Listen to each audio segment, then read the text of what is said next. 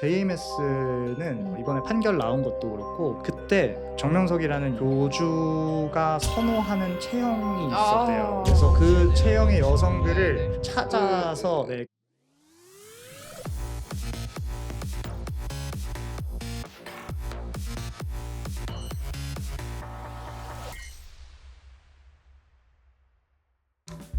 안녕하세요. 법무법인 슈가스퀘어의 MG 변호사 김영석.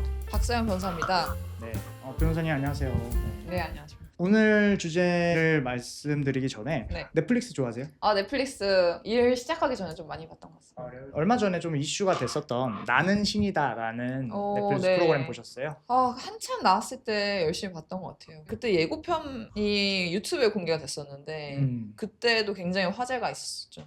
저는 그 중에 JMS라는 네. 그 종교 교단에 대해서 많이 보도를 했었던 내용을 좀 봤어요. 그리고 저는 이제 그것이 알고 싶다에서도 다뤘던 네. 내용들을 봐가지고 그 내용을 되게 그때도 충격적으로 봤던 기억이 있는데 이런 주제들에 대해서 한번 다뤄보려고 합니다. 그 영상 보실 때 어떠셨어요? 저는 사람들이 이렇게까지 허황된 것을 믿을 수가 있나? 이런 맞아요. 생각이 들더라고요.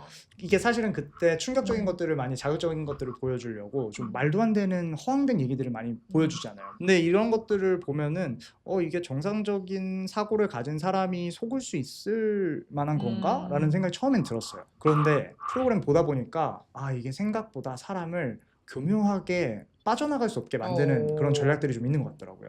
그들이 사용하는 전략이나 왜 빠지게 되는지, 왜 이런 교리들이 좀 있게 됐는지 그런 것들을 좀 한번 알아보는 시간을 가져보면 좋을 것 같아요. 그러면 사이비 종교 뭐 JMS도 막 있고 뭐 네. 아가동산도 있고 되게 대한민국을 굉장히 괴롭혔던 종교들이 굉장히 많은데 왜 사람들이 그런 종교에 빠지게 될지 한번 말씀해 주실 수 있나요? 그래서 저도 좀 궁금해가지고 이번에 좀 찾아봤는데요. 어떤 캘리포니아의 교수님께서 이렇게 정리하신 월드 세이버 모델이라는 전략이 있다고 하더라고요. 사이비 종교나 이런 곳에서 포교를 하고 사람들을 이끌기 위해서 사용하는 전략이라고 하는데 그 단계들을 5단계로 한번 구분해서 정리를 하셨더라고요. 그걸 말씀드릴게요. 첫 번째는 믿기 단계, 픽업 단계로 해서 처음에는 호기심을 갖게 만드는 거예요.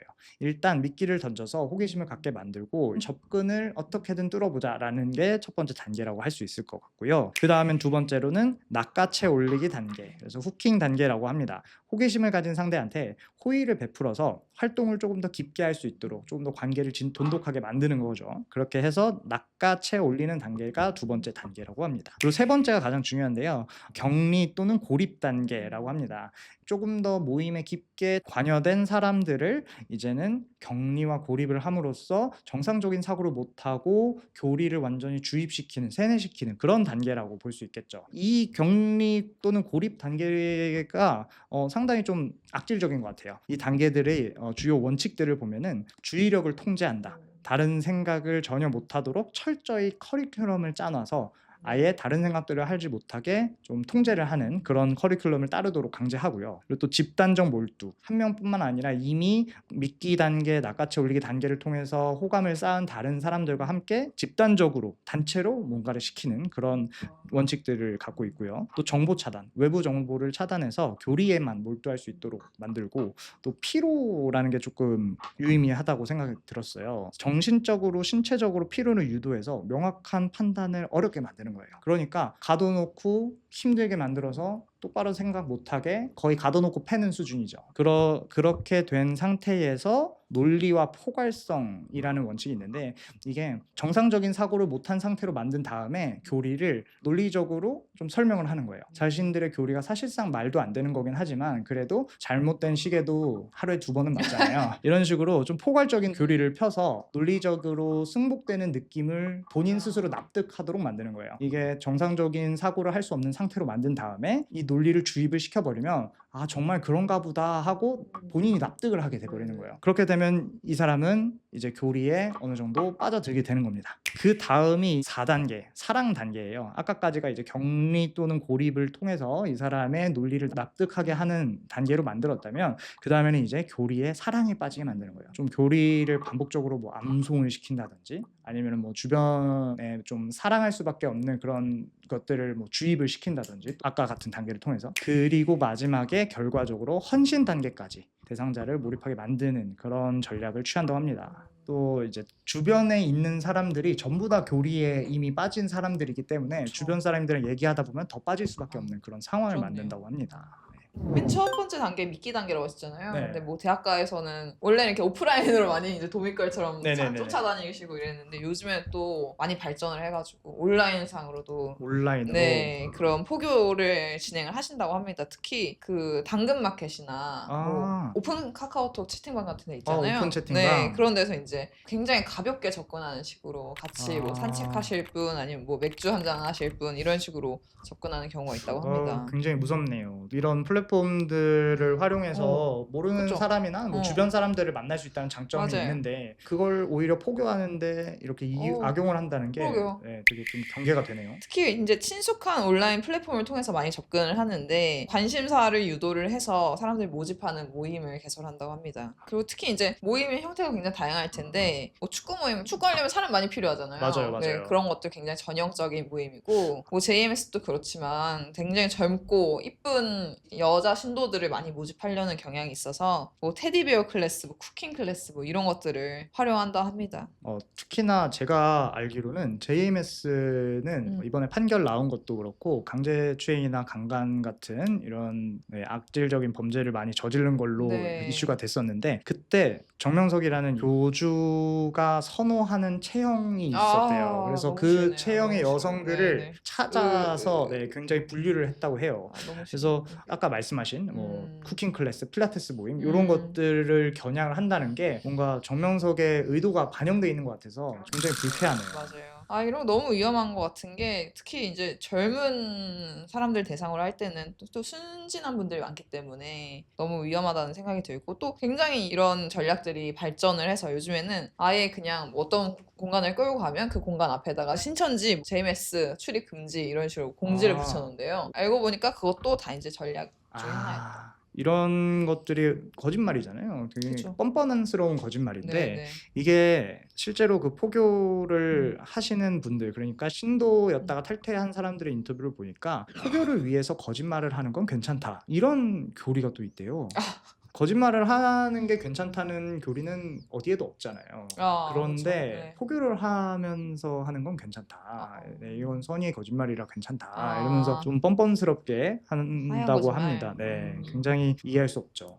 네. 이제 그 미끼 단계랑 이제 후킹 단계 넘어서서 그 다음 격리랑 고립 단계에 대해서 한번 말씀해 주시겠어요? 네, 격리와 고립 단계가 가장 중요하고 어려운 단계인데요. 제가 알아본 사례는 이제 JMS 사례였는데 네. 여기서는 죄책감과 우월감을 오. 활용한다고 해요. 처음에는 미끼 단계와 낚아채 올리기 단계에서 호감을 굉장히 많이 유도를 하면서 너 되게 좋다, 잘한다 막 이렇게도 얘기를 하고 뭐 선물도 많이 주고 해서 뭔가 특별한 존재가 된 것 같은 이런 느낌을 주게 만들어요. 그래서 특별한 것 같은 느낌을 주고 그 다음에 너는 선택받은 우월한 존재다, 축복받은 존재다 이런 식으로 우월감을 많이 느끼게 한다고 해요. 그런 과정에서 격리와 고립을 할 수 있는 그런 공간으로 끌어들인다고 해요. 그리고 그 안에 들어가면 이제 격리된 공간에서 내가 굉장히 특별한 존재로 우대받으니까 정말 그런가 보다. 그리고 또 그렇다고 하면은 나는 기분이 좋으니까 그럴 수도 있겠다라는 생각을 들게 만든다고 해요. 그리고 반대로 당근과 채찍이라고 할 수 있는데 죄책감도 이용을 한다고 해요. 이게 격리와 고립 단계가 진행되는 도중에는 이제 주변 사람들과의 정보가 차단이 되잖아요. 그리고 JMS 안에 들어있는 사람들, 그러니까 신도들끼리만 소통할 수 있도록 하는 거예요. 그러다 보니 나랑 가장 친한 친구, 아니면 내 형제, 아니면 내 동아리 친구 이런 사람들이 전부 다 JMS 안에 있는 사람들이다 보니까 네가 이 교단의 말을 듣지 않으면 너의 친구들이 굉장히 힘들어질 거야. 너만 믿고 있는 너의 친구는 너 때문에 교단에서 박해를 받을 거야. 아니면 이 교단을 탈출하려고 하면 이제 너의 가족들과 지인들이 너 때문에 고통을 받을 거야. 이런 식으로 죄책감을 유발을 한다고 합니다. 특히나 이게 더 문제가 되는 게 격리와 고립 단계가 성인이고 멀쩡하게 사회생활을 하던 사람들한테는 조금 안 통할 수가 있겠지만 아직 정신적인 영역이 어리고 정상적인 사회적 판단을 하기 어린 10대들에게 주로 많이 한다고 해요. 같은 반 친구들이나 또 10대 때는 청소년기에는 친구들이 굉장히 중요한 영역을 차지하잖아요. 너랑 같이 온 너의 친구들이 너 때문에 굉장히 고통받을 수 있다 이런 얘기들을 하면은 10대들은 그런 게 굉장히 겁나가지고 교단을 빠져나가고 싶어도 빠져나가지 못하고 하고 어쩔 수 없이 또 교단이 짜놓은 커리큘럼에 한 번 더 참여하고 이런 식으로 격리와 고립이 강화되는 현상이 일어난다고 합니다. 그리고 뭐 죄책감이랑 우월감을 이용하는 게 굉장히 위험해 보이는데, 왜냐면 우월감을 활용한다는 거는 이 사람을 굉장히 띄워준 다음에 그 사람의 인정 욕구를 건드리는 거잖아요. 나 굉장히 지금 칭찬받고 있는데 이제 더 이상 칭찬해주지 않으면 갑자기 이제 죄책감을 이용하게 되면 맞아요. 나 인정을 못 받는 건가? 이런 생각이 드니까. 맞아요. 실제로 또 탈출하려는 사람들에게도 굉장히 강경 대응을 한다고 해요. JMS의 사례인데 JMS에서 신도들 중에서 교주에게 성적으로 만족감을 네. 줄 수 있는 사람을 뽑기 위해서 나체 영상을 찍었다고 해요. 맞네. 네. 검사를 한대요. 네. 마음에 드는 그 취향이나 이런 외형들이 있는지를 검사하기 위해서 나체 영상을 찍어서 보내도록 하는데 아직 사랑 단계까지 가지 않은 그런 신도가 이 영상을 보고 충격을 받은 거예요. 그래서 이 충격을 보고 여기는 뭔가 잘못됐다, 빠져나가야겠다 이러면서 이제 나의 친구에게도 여기는 잘못된 곳이야 라고 하면서 그 영상을 보냈는데, 그 영상을 보낸 걸 가지고 여성의 나체 영상이잖아요. 네. 불법 촬영물이란 말이죠. 그래서 불법 촬영물은 유포만 해도 처벌을 받기 네. 때문에 불법 촬영물을 유포했다라는 혐의로 고소를 했다고 해요. 그래서 JMS의 그 영상에 나온 그 나체인 여성이 네. 직접 고소를 한 거죠. 네. 그래서 이게 굉장히 좀 위험할 수도 있는 게, 한번 교단에 이미 빠져버리면 정상적인 사고가 불가능하니까 내가 이거를 구하기 위해서, 이 친구를 구하기 위해서 한 행동도 위험해질 수 있는 그런 상황인 것 같습니다. 근데 이거는 유포의 고의는 있는데 네네. 어떤 범죄적인 맞아요. 고의는 아니잖아요. 위법성이 조각될 네. 가능성이 굉장히 높죠. 그죠. 그래서 제가 확인했을 때는 경찰에서 송치한 것까지는 네. 확인을 했는데 이게 실제로 결과적으로 기소가 됐을지 아니면 처벌이 아. 됐을지는 확인하지 못했어요. 네네. 근데 아마 위법성이 조각되지 않았을까. 그죠. 아니면, 정당행위였을 것 같습니다. 네, 위법성이 좀 없지 않을까라는 생각을 했습니다. 이렇게 위험한 집단이라고 생각이 드는데 이거를 좀 법리적으로 한번 분석을 해볼까요? 저희가 어떻게 보면은 이렇게 격리 고립 단계, 4단계, 5단계, 헌신 사랑 단계, 헌신 단계 요까지 끌어가고 있는 일련의 과정들을 가스라이팅이나 세뇌 행위라고 볼 수 있을 것 같아요. 그러면 이런 가스라이팅이나 세뇌 행위 자체가 불법이라고 볼 수 있을까요? 가스라이팅 자체가 불법인가에 대해서는 제가 관련된 판례를 먼저 말씀을 드리고 싶어요. 이제 네. 그 JMS 관련해서 2025년 1월에 판결이 있었는데요. 이제 대법원 2024도 16761 사건이었습니다. 근데 이 사건 같은 경우는 이제 피해자들이 총 4분이 계셨는데 네. 이제 죄목은 많았어요. 뭐 중강간, 중강제추행, 뭐 강간 뭐 등등이 있었는데 먼저 법률을 모르시는 분들께 설명을 드리면, 먼저 뭐 강제추행, 강간, 뭐 유사강간 이런 것들은 폭행이나 협박이 있어야 되잖아요. 네네. 근데 폭행이나 협박 없이 그냥 심신상실이나 한거울 불능을 이용했을 경우에는 이제 중강간이나 중강제추행이라고 합니다. 근데 각 죄목에 대한 형은 똑같습니다. 그러면 이게 정명서 자체가 폭행이나 협박을 한 거는 아니고, 아니지만 네. 그러면은 지금 가스라이팅이나 세뇌가 한거불능에 해당한다고 본 건가요, 그러면? 그렇죠. 맞습니다. 그래서 그 부분이 이 판결에서 가장 큰 쟁점이었는데, 판결 같은 경우에는 그것을 인정을 하게 된 거죠. 인정을. 중요했던 판시 내용은 피해자들이 이제 피고인의 성적 행위를 인식하고 이를 승낙하거나 뭐 용인한 게 아니라 오히려 이 성적 행위를 종교적으로 필요한 것이라고 믿었다. 그리고 그에 대한 적절한 결정을 하지 못하는 정신적인 혼란 상태에 있었고, 아까 말씀해주신 것처럼 이제 다른 신도들 그 집단 형성을 하는 것이 굉장히 중요한 격리 단계 중에 하나다라고 말씀해 주셨는데, 이런 성적 행위에 대해서 아무렇지 않은 태도를 보이는 다른 신도들을 보면서 그러한 믿음이 더욱 강화되었거나 정신적 혼란이 가중되어서 자신의 성적 자기 결정권을 행사하지 못했다. 네, 이게 굉장히 중요한 판시 내용이었습니다. 그렇군요. 네. 이것이 굉장히 근거가 없는 판시 내용이라는 생각 안 드는 게, 그 법원에서 양형 기준표를 매해마다 내는데요. 특히 네. 성범죄 양형 기준표를 살펴보시면 뭐 상습범인 경우 아니면 동일 기회에 수에 가늠했다든지 이런 것들이 가중 요소가 되긴 하는데요. 특히 이 가스라이팅과 관련해서는 이런 것이 있을 것 같아요. 옛날에 전형적으로 그런 거 있었잖아요. 뭐 상관의 지위를 적극적으로 이용한 경우에. 맞아요. 근데 상사가 나한테 어떤 지시를 했을 때랑 동료가 어떤 말을 했을 때 그런 압박감? 뭐 그런 것도 굉장히 다르잖아요. 그런 지위를 적극적으로 이용했다든지 아니면 어떤 서열 계급을 이용했다든지 인적 신뢰관계를 이용했다든지, 특히 인적 신뢰관계를 이용했다는 부분에 있어서는 뭐 제자, 지인의 자녀, 환자 이런 것도 그렇죠. 있는데 여기선 또 신도도 들어가 있더라고요. 아, 그런 네. 것들이 가중 요소로 판단이 돼서 네. 결국엔 가스라이팅도 불법 행위로 인정이 될 수 있다라고 판시를 한 것 같습니다. 포섭하기가 굉장히 어려웠는데 그래도 이런 명확한 기준들이 있으니까 네. 네, 가스라이팅이나 세뇌로 인한 피해들도 구제받을 수 있을 것 같습니다. JMS 사례 같은 경우에는 강간이나 성추행이었는데 이런 걸로 재산상 이익을 취하면 사기도 될 수 있을 것 같아요. 그렇죠. 어쨌든 이제 사기는 경제범죄니까 네네. 일단 기망에 의해서 처분이 있어야 되고 네. 이제 기망과 처분 사이에 인과관계가 있어야 되는데 해당 처분이 경제적인 처분을 의미하잖아요. 네. 그래서 기망을 해서 피해자가 금전적인 손해를 봤을 경우에만 사기 행위가 인정이 될 수 있을 텐데요.